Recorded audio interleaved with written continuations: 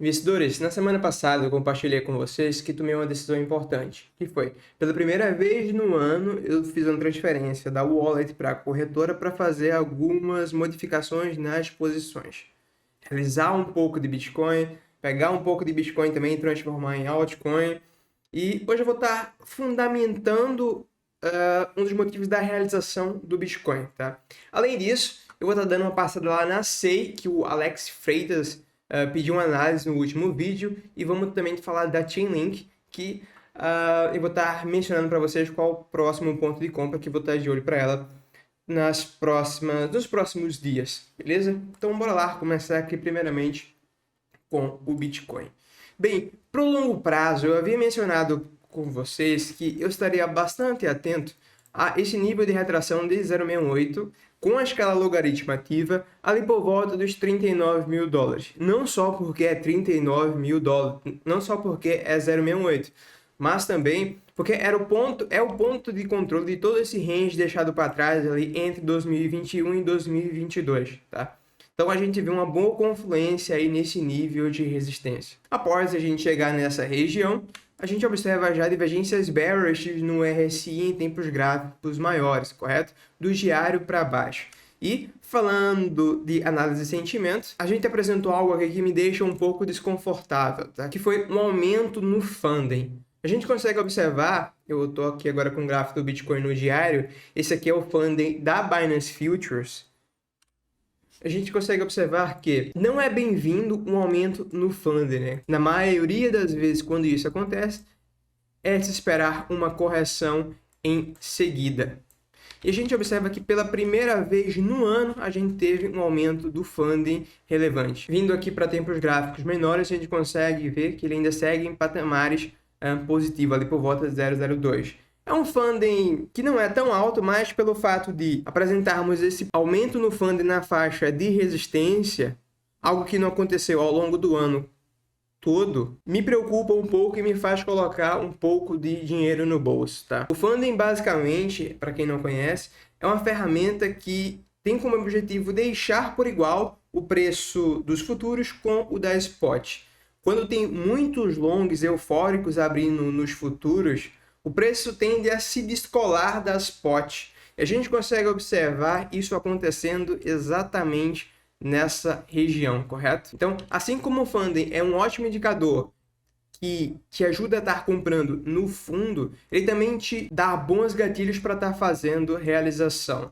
Como eu disse, não é um aumento tão relevante aqui do funding, mas é um aumento que preocupa no nível de resistência e me faz olhar mais para uma possível correção a partir dos próximos dias. Então esse é mais um dos motivos que me fez de colocar um pouco de lucro no bolso, né? Eu basicamente estou fazendo caixa para quando se tivermos uma correção, eu ter caixa para comprar. Tanto Bitcoin quanto alts, né? As alts aí estão começando a ficar interessantes na paridade BTC. Então, eu muito provavelmente pegarei esse capital que realizei no Bitcoin e vou estar entrando em altcoins nessa retração. Lembrando, caso essa retração ocorra, beleza? Então, sobre o sentimento num prazo maior, a gente tem aí o funding, o que preocupa um pouco, e vindo aqui para o curto prazo, a gente vê o CBD formando mínimas aqui recente, enquanto o preço não, que é bullish para o preço, talvez a gente tente alguma coisa mais acima. Porém, por outro lado, a gente tem um ponto negativo que é o aumento do long short ratio com o aumento do open interest, o que preocupa um pouco. Um dos indicadores apontando para um lado, outro apontando para o outro. No curto prazo, eu não faria nada no Bitcoin, até porque a gente não está em nenhuma região que eu tenha interesse de estar atuando no BTC, tá? Realmente, eu não estou de olho para nenhum trade aí no Bitcoin num prazo menor. As faixas que eu vou estar atento apenas vai ser operações maiores no Bitcoin, sendo possíveis compras aqui em níveis mais abaixo, após eventuais liquidação, ou quem sabe nesse nível aqui dos 34.500, que é ali o ponto de controle desse range completo, né? Se a gente não der gatilho nessa região, aí eu vou ficar atento ali abaixo dos 37.800, que é um nível que eu vejo para um possível stop loss antes nessa região, tá? Se não der gatilhos aqui, aí a gente vai olhar para o grande suporte dos 30 mil dólares. Beleza? Toda essa faixa onde a gente está até níveis mais acima ali, como os 40, que é uma resistência psicológica, que também conflui ali com os 39. para minha região de distribuição, tá? Para fazer caixa, para estar com capital para aportar quando e se fizermos uma retração, beleza? E como eu sempre gosto de fazer confluências com o passado, eu trouxe 2 gráficos aqui interessantes, tá? Eu estava analisando aqui as vezes que fizemos rompimento de resistências importantes. A primeira vez, quando a gente rompeu aqui a resistência dos $500 aproximadamente, ali em 2016.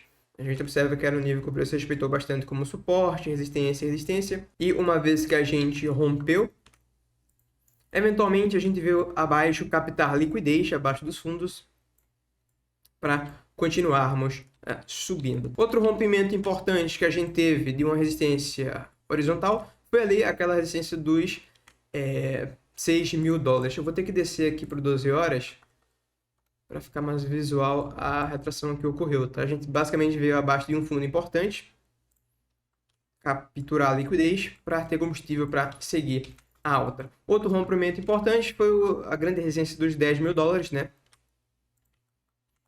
Inclusive, está bem parecido o que está pegando aqui no Bitcoin. No preço atual, por volta dos 30 mil, já a gente vai falar sobre isso. A gente observa que a gente vem capturar a liquidez uma vez abaixo dos fundos e depois outra vez, né? Dessa vez a gente deitou em cima do suporte dos $10.000 para depois seguir a alta. Agora eu quero focar com vocês, em especial nessa região aqui, nesse movimento, tá? Que está lembrando muito o que está pegando no Bitcoin na faixa atual. Eu já fiz diversos vídeos aqui, diversos não, mas alguns, com o título Os 30k é o novo 10k, né? E nesses vídeos a gente fez a comparação com o passado. E passado esse que foi aqui essa faixa dos $10.000. Eu tô vendo uma bastante semelhança entre esses 2 movimentos. Eu não sou muito de estar compartilhando aqui sobre Elliott, mas eu resolvi trazer desta vez, porque tá bem parecido o movimento e fica mais visual se a gente trazer Elliott para essa pernada aqui, tá? Observa, nesse gráfico da esquerda é o rompimento dos $10.000, nesse gráfico da direita é o rompimento dos $30.000. A gente observa que após uma correção complexa, a gente iniciou uma onda impulsiva, assim como tivemos aqui também nos $30.000. Chamo a atenção para vocês para a similaridade dessa onda impulsiva atual com a dos $10.000, tá? Basicamente a gente teve uma onda 1, onda 1, onda 2, onda 2. Na onda 3, tivemos uma onda 3 mais expandida, onde dentro dessa onda 3 a gente teve onda 1, 2, 3, 4, 5. Aqui também na faixa atual, 1, 2, 3, 4, 5. E mesmo que a gente vá aqui um pouco além, ainda vou estar considerando isso aqui como uma possível onda 5. E mais para frente, quando a gente finalizou essa onda 5, a gente faz uma correção vindo capturar a liquidez abaixo deste fundo. Então, eu aguardo algo parecido aqui para o Bitcoin. Detalhe, tá? A onda 4 de Elliott geralmente é uma onda mais rasa, ela não faz uma retração tão grande. Um alvo que geralmente ela costuma atingir é por volta do 0,382 da onda 3. Foi inclusive esse nível que a gente atingiu, fez o stop loss antes para depois seguir a alta. Então, se a gente faz aqui uma retração de toda esta possível onda 3 que a gente vem formando, a gente observa que também o 0,3 vem nesse nível de stop loss antes aqui abaixo, por volta dos 33, tá? 33 e 400. Até por isso, esse é o primeiro nível que eu fico de olho para uma possível compra e deixei desenhado aqui nesse caixote verde para a gente estar de olho para uma possível compra. A título de confluência, se você utiliza médias, eu tenho aqui a EMA 200 exponencial do diário no 4 horas, exatamente em cima dessa região aqui dos 33.350. Então, sobre o Bitcoin, a gente observou aqui que, historicamente, quando a gente rompeu resistências muito importantes, como foi a dos $500, $6.000, $10.000, a gente voltou para capturar a liquidez, a testar o suporte para depois continuar subindo. Eu não acho que vai ser diferente desta vez, tá?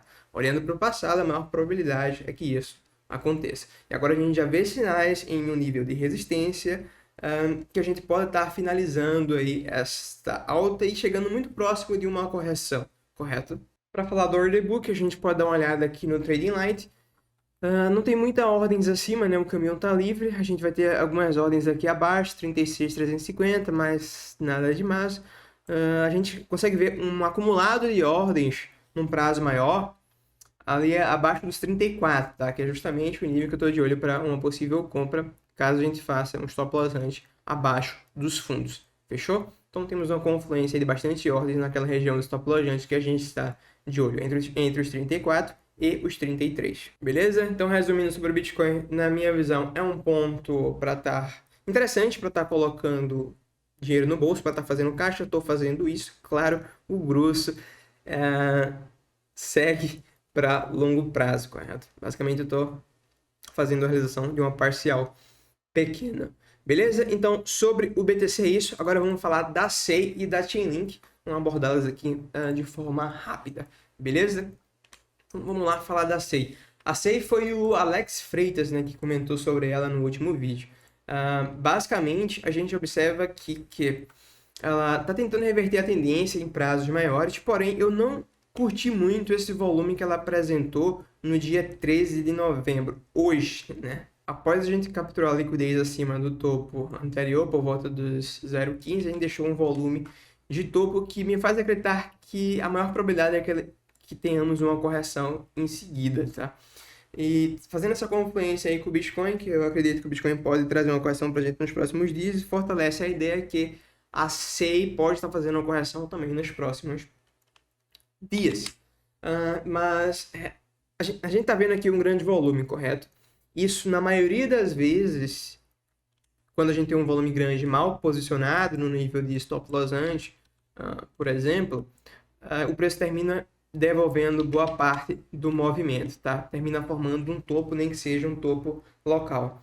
Eu gosto de ressaltar que é na maioria das vezes, porque, por exemplo, na última análise que eu trouxe da Solana, eu mencionei sobre o volume na resistência, o preço teve um pouco de dificuldade para romper, mas terminou saindo cantando o pneu, né? A demanda foi muito forte, chegou a esse ponto.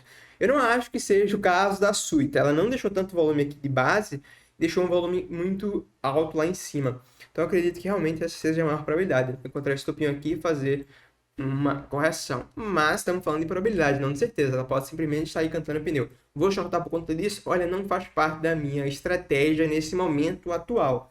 Então, eu não é uma das que eu vou estar de olho para long, mas se você está falando dela, talvez você ou esteja exposto ou esteja de olho para uma possível entrada. Então, se eu tivesse exposto, olharia para o ponto atual para uma realização, e se tivesse de olho para a entrada, que não vai ser o caso, que não é o caso, o primeiro ponto seria o ponto de controle dessa última pernada, que está ali por volta do 0,13 até o nível de 68 stop loss antes, que configura um suporte horizontal, então entre os 12 e 13 cents, para mim, é uma boa, até porque conflui também com 0,68 dessa onda impulsiva aqui, tá? Ficaria muito de olho, em especial, o nível do stop loss antes, que é abaixo dos fundos aqui, entre os 12 e 13 cents. Fechou? Geralmente, quando tem muita gente comprando no topo, o mercado vai lá e coloca toda essa galera para fora, vindo abaixo de fundos, para depois seguir alta. Então, se eu fosse ficar de olho para ela, seria esse um primeiro ponto. Outro segundo ponto aqui seria mais abaixo, que daí isso aqui já está mais difícil dela voltar, né? Que é ali por volta do 0,11, que é o ponto de controle da onda de todo o movimento. E também é um nível de suporte horizontal, mas aí acho mais difícil ela voltar nessa região, então essa primeira faixa aqui entre os 13 e 12 parece mais interessante. Beleza? No ponto atual, realmente não tem muito o que se fazer, na minha opinião. Eu não vou brigar contra um grande volume desse. Beleza. Sobre a Link, na nossa última análise, a gente mencionou, né, que ela reverteu a tendência em prazos maiores com um enorme volume, indicando uma tendência muito forte de alta, né? Algo parecido até com o que a gente teve aqui no Bitcoin lá atrás, quando a gente teve esse rompimento aqui dos 25 mil dólares, né? Um grande volume mudando a estrutura, mostra pra gente uma tendência forte que tende a levar a gente bem mais longe. Realmente foi bem forte aqui o volume da Chainlink, que eu estou analisando agora na Binance Futures, que é onde ela tem mais volume, tá? Então, qual era a ideia da última análise, né? Quando a gente tem uma tendência muito forte, geralmente os pullbacks são mínimos, tá? Então, a gente não acreditava que ela faria uma retração aqui por volta dos 8, 7, apesar de ser um dos melhores pontos para fazer compra, não era essa a maior probabilidade de ocorrer, tá? Essa retração, ela continuou subindo e buscou o nosso próximo nível de resistência, que estava ali por volta dos 17, né? Chegamos bem próximo ali, 16 e pouquinho. Se for para fazer compra agora na Chainlink, eu ainda continuo acreditando que muito, mas muito dificilmente ela vai voltar aqui abaixo dos $9, tá? Então, se for para fazer compra, eu tracei esse volume dessa onda impulsiva e vejo que a faixa que teve mais negociação está ali por volta dos 12. Então, entre os 12 até os 10,5, na minha visão, talvez seja a última chamada para entrada na Chainlink. Depois desse ponto, acredito que só patamares bem mais altos mais à frente. Claro, estou falando isso com as informações atuais que a gente está tendo agora, né? Pode ser que o cenário mude e a gente volte aqui uma retração horrível, que eu acho muito difícil, mas é isso. Mais para frente a gente vai continuar trazendo novas atualizações da Chainlink. Então, esse ponto aqui, entre os 12 até os 10,5, é um ponto que, na minha visão, dá para quem está de fora olhar para fazer uma entrada pensando no longo prazo e para quem tem o objetivo de aumentar a exposição também buscar uma compra nessa região. Fechou? Então, esses são os próximos níveis que fico de olho para fazer a operação na Chainlink. Eu também deixei aqui uma aba aberta na link paridade BTC. E ela está querendo reverter a tendência na paridade BTC no mensal. Tá? Eu estou no tempo gráfico do mensal, no tempo gráfico da Link contra o Bitcoin. A gente observa que nos últimos meses a gente vem apresentando topos cada vez mais baixos e agora estamos prestes a reverter essa tendência. Meu Deus, se isso acontecer, o que eu acho que deve acontecer nas próximas semanas, vai ser bem legal. Os volumes da Chainlink estão bem posicionados e tem dois níveis que eu estou atento aqui para uma possível compra na Chainlink, tá? No momento eu tenho um alerta aqui nos 3.370 Satoshi. Basicamente a retração dessa onda impossível completa, ali próximo do ponto de controle dessa alta. E depois desse nível eu vejo como suporte ele 2.750, tá? Que além de ser um LTA, é o nível de suporte horizontal e o ponto de controle de todo o movimento de alta. Então são esses dois níveis que fico de olho e para quem tem como objetivo transformar Bitcoin em Link, pode ficar atento a esses pontos. Fechou? Então, traders, investidores, por hoje é isso. Se você ainda não for inscrito, não esquece de se inscrever. Deixa o like. Vejo você na próxima análise, no próximo vídeo.